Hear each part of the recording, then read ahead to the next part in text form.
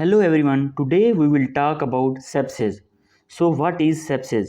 Sepsis is an acute life-threatening condition which is characterized by organ dysfunction due to a dysregulated immune response to infection.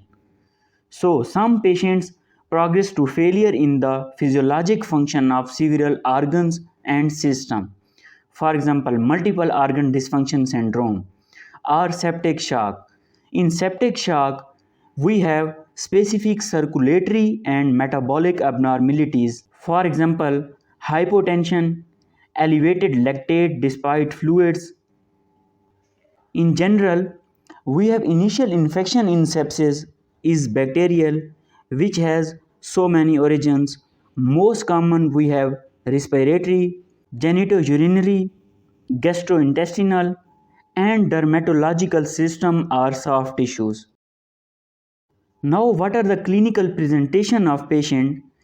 Patients presents with fever, tachycardia, confusion, and sign of primary infection.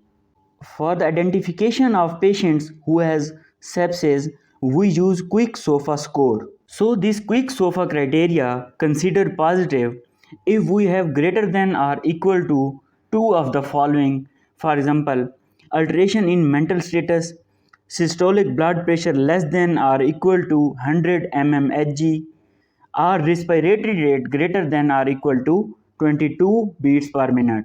Outcomes depends on early detection. We obtain blood culture and measure lactate.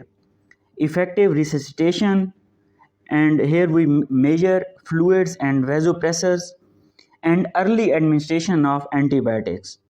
Now our patient is stable, so our first diagnostic workup is to identify the source of infection and responsible pathogen and treat it.